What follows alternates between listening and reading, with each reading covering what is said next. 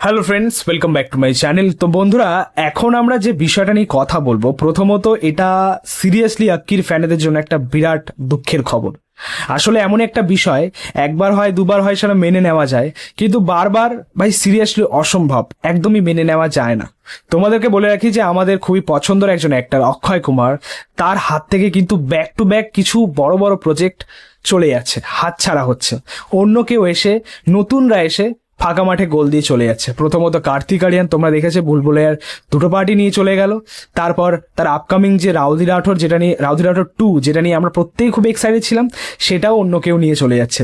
তোমাদেরকে বলে রাখি, লাক্স যে রিসেন্টলি কিল ছবিটা করলো, ব্যাডাস বলিউড সিরিজটা করলো, সে লাক্সে কিন্তু এই ছবিটা নিয়ে চলে যাচ্ছে। আমাদের বলিউডের ওজি অ্যাকশন হিরো অক্ষয় কুমারের পরিবর্তে লক্ষ্যকে আমরা পেতে চলেছি।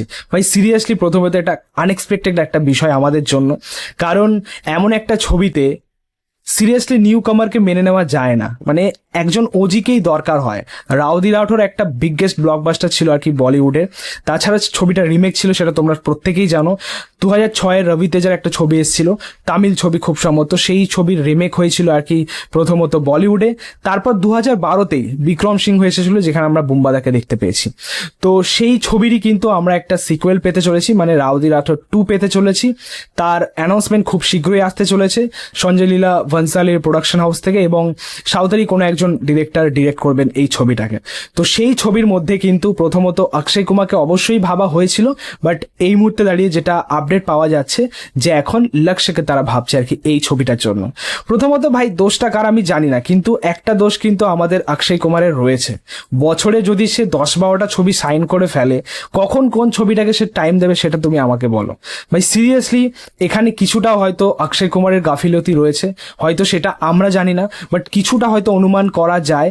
বছরে 10-12টা না হোক, আমি বেশি হয়তো বলে ফেললাম, বাট সে তো বছরে অনেক কটাই ছবি করে, প্রায় 4টে 5টা 6টা এমন তো ছবি আসেই, সেটা আমরা জানি। তো এতগুলো ছবি যখন তিনি করছেন, প্রত্যেকটা জায়গাতে তাকে টাইম দিতে হবে।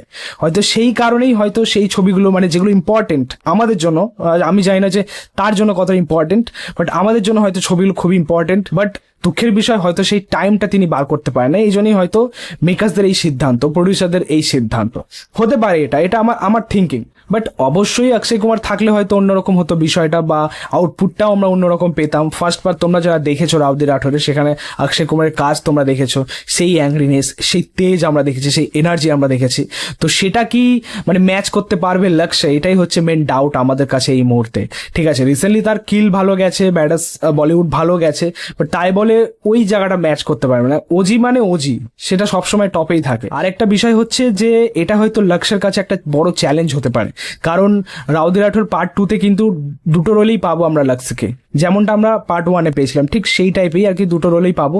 তো এই বিষয়টা সে কিভাবে হ্যান্ডেল করে, কিভাবে সেটাকে ফোটাতে পারে, সেটা কিন্তু মেন দেখার। যদি আমরা বলিউডে রাউডি রাঠোর 2 খুব শীঘ্রই পাই, তাহলে আমাদের বাংলায় কিন্তু বিক্রম সিংহ পার্ট 2 খুবই দরকার আছে, এবং সেখানে আমাদের বুম্বাদার ফেরাটা খুবই দরকার আছে। এমনিতেও তোমরা দেখতেই পাচ্ছ যে বুম্বাদাকে আমরা সেই মাস অবতারে দেখার জন্য মরিয়া হয়ে পড়ছি। প্রত্যেকটা মুহূর্তেই আমরা এটা বলছি যে বুম্বাদা সেই মাস অবতারে ফিরুক, বা সেরকম কামব্যাক করুক। লাস্ট হয়তো ওরকম মাস ফিল্ম আমরা ওই বিক্রম সিংহই পেয়েছিলাম, মানে ওরকম অ্যাকশন মাস মশালা টাইপ ছবি। তো অনেকটা সময় ধরে তাকে সেভাবে আর দেখা যায়নি।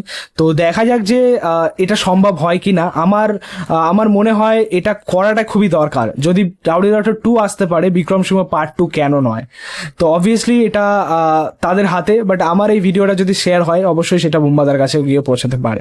তো যাই হোক, তোমাদেরকে এটাই বলবো যে বুম্বাদাকে তোমরাই ফেরাতে পারো, দর্শকই ফেরাতে পারে, আমরাই ফেরাতে পারি। তো যাই হোক, দেখা যাক সেটা, সেই স্বপ্ন কবে পূরণ হয়। তো এই ছিল বলার আর কি এই আপডেটটা নিয়ে। তোমাদের মতামত, রিয়াকশন অবশ্যই কমেন্টে জানিও। ভিডিওটা ভালো লাগলে অবশ্যই লাইক কমেন্ট শেয়ার করে দিও। পাশে থাকো, সাপোর্ট করো, চ্যানেলটাকে অবশ্যই সাবস্ক্রাইব করেছো, পাশে থাকা বেল প্রেস করে দিও পরবর্তী ভিডিওগুলো আপলোড। Thank you, tata.